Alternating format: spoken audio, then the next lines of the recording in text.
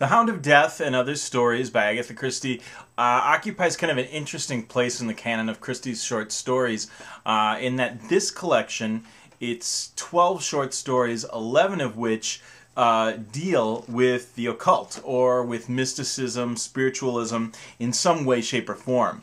The story that occupies the center of this collection is The Witness for the Prosecution, which is probably Agatha Christie's most famous short story. And it's a very interesting story to have in the middle of this collection of works that are really having to do more with seances, ghosts, voices from the other world, premonitions, gypsies, all of these things. Whereas Witness for the Prosecution is a rather straightforward courtroom drama based mystery about the murder of a woman. It does work within this setting because it does clear the palette a little bit between the first half of the collection and the second half of the collection. And also, because it's such a fantastic story and has one of the most amazing surprise endings of any of her short stories, it's just a fun piece to have as the centerpiece of this rather odd collection. The first story is The Hound of Death. This story is about a mystic nun from Belgium, Poirot's home country, who single-handedly stops the German army in the First World War from taking over the convent by making it explode through some power of these kind of a mystical power of some crystals that she's able to harness.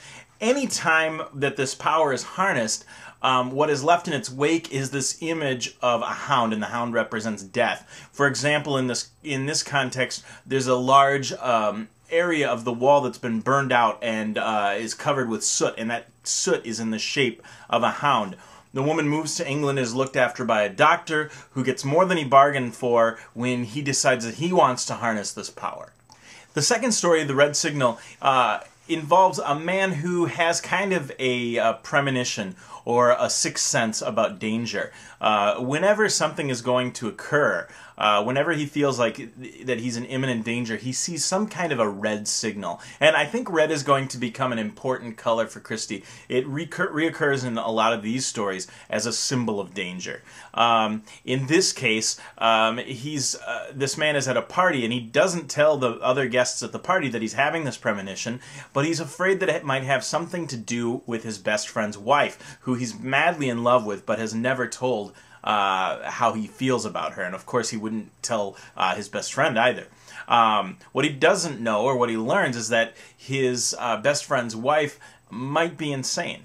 The fourth man is the story of a woman with 4 distinct personalities. It's a psychological mini thriller about the influence of a stronger personality on a weaker personality, and how that stronger personality takes control of this weaker person, even after that stronger person has died.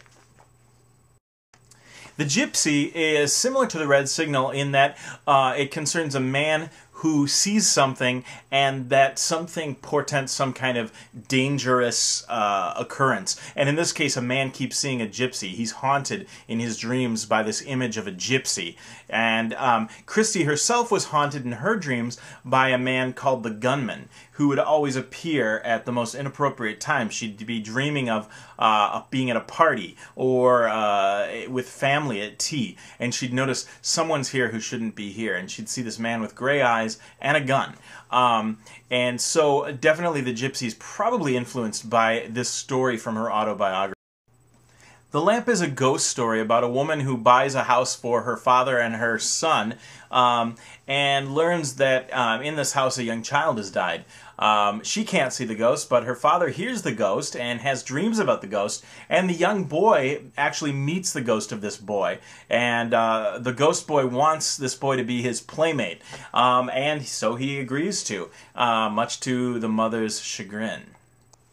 The sixth story, The Wireless, concerns a woman who has very fragile health, and so her nephew, in order to help keep her company, installs a wireless in her house. Pretty soon, however, as she's listening to her orchestra or whatever, she starts to hear the voice of her dead husband calling her home. This is a case where we have kind of an earthly mind going on behind something that is seemingly of the other world, and it's used to a specific end in order to accomplish murder. Witness for the Prosecution is an amazing story, a courtroom drama about a man who is on trial for brutally murdering an old woman who he's befriended and who has left him everything in her will. The main person who can give him an alibi is his wife, who is not very anxious to do that, and she in fact appears as a witness for the prosecution, thus the title. Has one of the best surprise endings of a Christie short story. The Mystery of the Blue Jar, like the Wireless story, is another case of Christie using the supernatural and spiritualism as a tool of the perpetrator of a crime in order to kind of take in the gullible. In this case, it's a young man who is golfing every morning and keeps hearing the cry of murder, who he comes to believe is the ghost of a woman who used to live in a cottage, and who, for some reason, wants her death avenged by the obtaining of this blue jar that is in his uncle's house. The Strange Case of Sir Arthur Carmichael is a story about a man who believes himself to be a cat. This story is interesting because it goes beyond psychology to the very real possibility of metamorphosis. Think Professor McGonagall. The Call of Wings concerns a man who has these visions of being weightless and of being free from anything earthly. He's a very wealthy man, and he decides to give all of his money to a friend of his who runs a mission in a poor end of the East End of London. And after doing so, all he has are a couple of cents that he uses to take a ride on the subway. And a very interesting thing happens, and he does find himself, but he also loses himself. The Last Seance is a really creepy story about a woman who is world-renowned, a French woman world-renowned for her ability to communicate with the other world. And but it tires her out. It almost kills her every time. She's always just getting weaker and weaker the more seances that she does, because her energy is taken out of her. She and her husband agree this is going to be the last one, and it turns out definitely to be true. It is her last seance.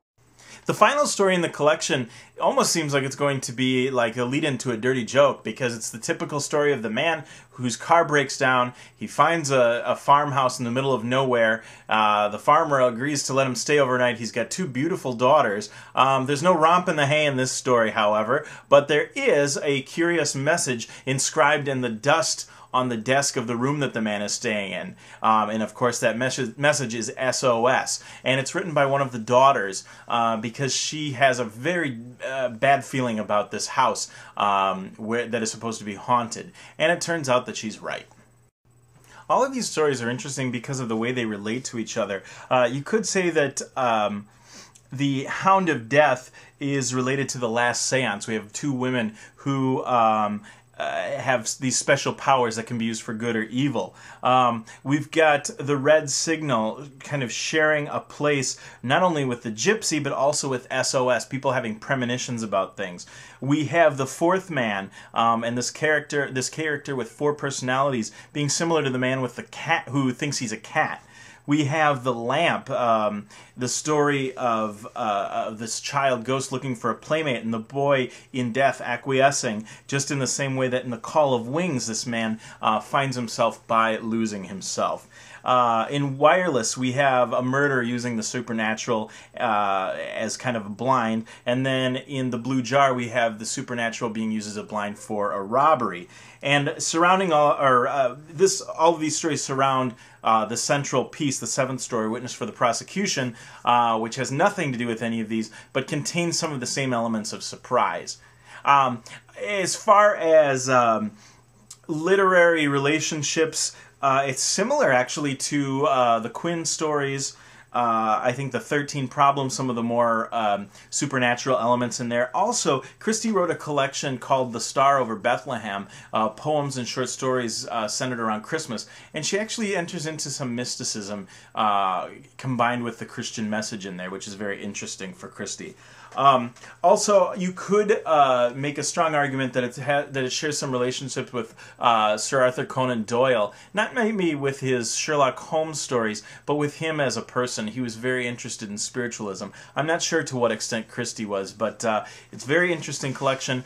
I give it 4 out of 5 stars. I found it very enjoyable to read. Next time, I'm going to be reading Lord Edgware Dies, also called 13 at Dinner in the U.S.